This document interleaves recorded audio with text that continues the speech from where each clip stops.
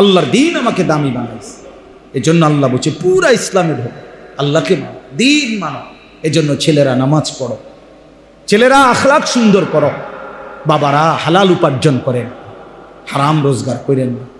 বুড়া মিয়ারা শেষ বয়সটা বিড়ি সিগারেট সাদওয়ানের গপ আর বন্স বিড়িতে শেষ করেন না, আল্লাহর জিকিরে শেষ করেন, আল্লাহকে ডেকে শেষ করেন হায়াত। ওয়ালা তাত্তাবিউ খুতুওয়াতিশ শাইতান, আল্লাহ তাআলা বলেন কোনোভাবেই শয়তানের পথ, শয়তানের কদম অনুসরণ করো না। প্রতিটা গুনাই শয়তানের পথ, সেখানে যেও না। ইন্নাহু লাকুম আদুউম মুবিন, নিশ্চয়ই শয়তান তোমাদের প্রকাশ্য শত্রু। অর্থাৎ শয়তানকে যদিও দেখা যায় না, প্রত্যেকটা গুনাই শয়তান, প্রত্যেকটা নাফরমানি, প্রত্যেকটা মন্দ চিন্তা এটাই শয়তান। কাজে এটা স্পষ্ট, শয়তান কোনটা, যেটা গুনাহ এটাই শয়তান, যেটা গুনাহ এটাই কি শয়তান। এই জন্য আল্লাহ বলছে নিশ্চয়ই শয়তান প্রকাশ্য শত্রু। মানে যদিও শয়তান আমাদের কাছে মনে হয় সে তো দেখি না আমি, না না, প্রতিটা গুনাই এটা কি শয়তান, এটা তো প্রকাশ্যই। এই জন্য ভিন নারীর হাসি এটা প্রকাশ্য দেখা যায়, এইটাই শয়তান। হারাম ছবি এটাই শয়তান। তোমার অসৎ বন্ধু যে তোমার নারী ছবি অশ্লীল দৃশ্য দেখায়, আল্লাহর কথা ভুলায় দেয়, ওইটা বন্ধু না, এটাই শয়তান, এটাই শয়তান। এর উপরেই শয়তান সওয়ার হয়েছে। মানুষ যেরকম তারা জিনের সালাম দেয়, তারা কোনো মানুষের উপরে জিন আনে। অনেক জিন সালাম দেয় না অনেকে, ও আলগা জিন আইয়ে না, জিন কোনো একটা কিসের উপরে আসে, মানুষের উপরে আসে। তাদের এরকম কোনো মানুষের উপরে তারা কি আনে, কথা বলে মনে হয় যেন হেইতে, আসলে না জিনে কথা,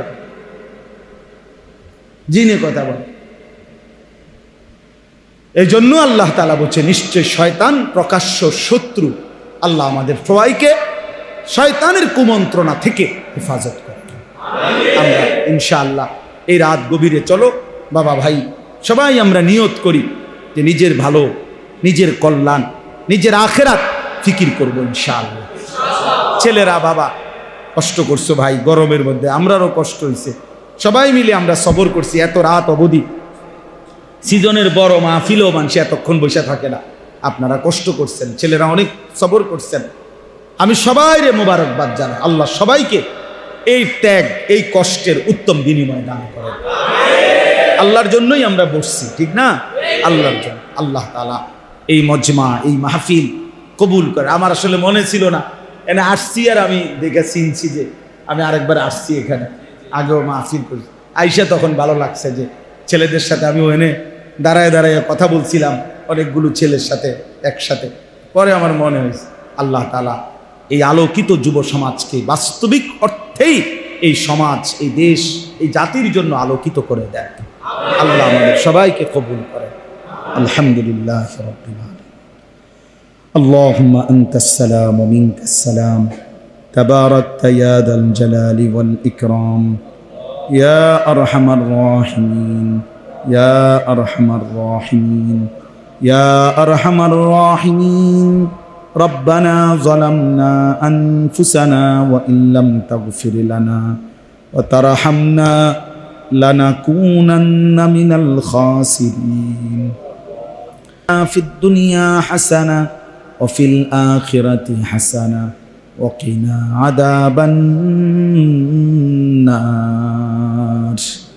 رب ارحمهما كما ربياني صغيرا. ربنا هب لنا من أزواجنا وذرياتنا قرة أعين وجعلنا للمتقين إماما. أي الله رب العالمين পরওয়ারদিগার আলম, গুনাহগার গোলাম, রাত অর্ধেক পার হয়ে গেছে, অন্ধকার গভীর রজনীতে বৃষ্টি মুখর পরিবেশে আপনার ঘরের মধ্যেই মাওলা এতটা লম্বা সময় ধরে বসেছিলাম মাওলা, আপনার কথাই শুনতেছিলাম। আখিরাতের ভয় হচ্ছিল, জাহান্নামের ভয় পাচ্ছিলাম মাওলা, কবরের ভয় হচ্ছিল মাওলা, আখিরাতের কথাই মনে পড়ছিল মাওলা। রাত গভীরে মাওলা গুনাহগার গোলাম হাত উঠিয়ে মাফ চাইলাম, আপনি মাফ করে দেন আল্লাহ, মাফ করে দেন, মাফ করে দেন, মেহেরবান মাওলা মাফ করে দেন। আর কিছু দেন আর না দেন, মাফ তো করে দেন মাওলা, মাফ করে দেন। আযাব দিলে আপনার কোনো লাভ নাই, মাফ করে দিলে আপনার কোনো ক্ষতি নাই, মাফ করে দিলে আপনার কমবে না, মাফ না পেলে আমাদের উপায় থাকবে না, আপনি তাড়িয়ে দিলে আশ্রয় মিলবে না, আপনি ফিরিয়ে দিলে ঠিকানা মিলবে না মাওলা। আল্লাহ আপনি মাফ করে দেন, আপনি মাফ করে দেন। আয় করিম আপনি মাফ করে দেন, আয় রহমান আপনি মাফ করে দেন, আয় রহিম আপনি মাফ করে দেন। হাসবুনাল্লাহু ওয়া নি'মাল ওয়াকিল, হাসবুনাল্লাহু ওয়া নি'মাল ওয়াকিল, হাসবুনাল্লাহু ওয়া নি'মাল ওয়াকিল। লা ইলাহা ইল্লা আনতা সুবহানাকা ইন্নী কুনতু মিনাজ জালিমিন, ইন্নী কুনতু মিনাজ জালিমিন, ইন্নী কুনতু মিনাজ জালিমিন। আয় আল্লাহ আপনি মাফ করে দেন, আয় আল্লাহ আপনি মাফ করে দেন। সমস্ত কবরবাসীদেরকে মাফ করে দেন, মাকে মাফ করে দেন, বাবাকে মাফ করে দেন, দাদা দাদি নানা নানিকে মাফ করে দেন, চাচা মামা ফুফা খালুকে মাফ করে দেন, চাচি মামি ফুফি খালাকে মাফ করে দেন, শ্বশুর শাশুড়িকে মাফ করে দেন, আত্মীয় স্বজনদেরকে মাফ করে দেন, বিবিকে মাফ করে দেন, ছেলে মেয়েদেরকে মাফ করে দেন, ভাই বোনদেরকে মাফ করে দেন, দোস্ত আহবাবদেরকে মাফ করে দেন, বন্ধু স্বজনদেরকে মাফ করে দেন। আল্লাহ প্রতিটা মুমিনকে মাফ করে দেন, প্রতিটা ঈমানওয়ালাকে মাফ করে দেন, সমস্ত কবরবাসীদেরকে মাফ করে দেন। কিয়ামত পর্যন্ত কবরের আযাব মাফ করে দেন, কবরগুলোকে জান্নাতের টুকরা বানিয়ে দেন, আপনার নূরের রহমত দ্বারা ভরপুর করে দেন। আল্লাহ আমরা যারা বেঁচে আছি মাওলা, আমাদের আগামী জিন্দেগি আপনি সুন্দর করে বলেন। কখন বলুন? আমি অনেক সময় আফসোস করে বলি, বুঝার জন্য শুধু বলতেছি। কারো জীবনে 200 বছর চলে গেছে, হায়াতের লম্বা সময়, এখনো উম্মতের বহু মানুষের সিদ্ধান্ত এখনো বুঝতে করে যাচ্ছে না যে নবীজি কিসের তৈরি, নবী নূরের তৈরি না মাটির তৈরি, এটাই শেষ করতেছে না। তাই নবীর গবেষণা করবে কখন, নবীজির জীবনের উপরে আমল করবে কখন, নবীজির অনুসরণ করবে কখন, কি দিয়ে বানাইছে এটাই তো শেষ করতে। বুঝেন না হিসাবটা? এখন এটাই তো শেষ হয়। আহা রাসূলুল্লাহ সাল্লাল্লাহু আলাইহি ওয়াসাল্লাম তাই 23 বছরে মেহনত বুঝবো কোন দিন? ওরে ভাই কি করব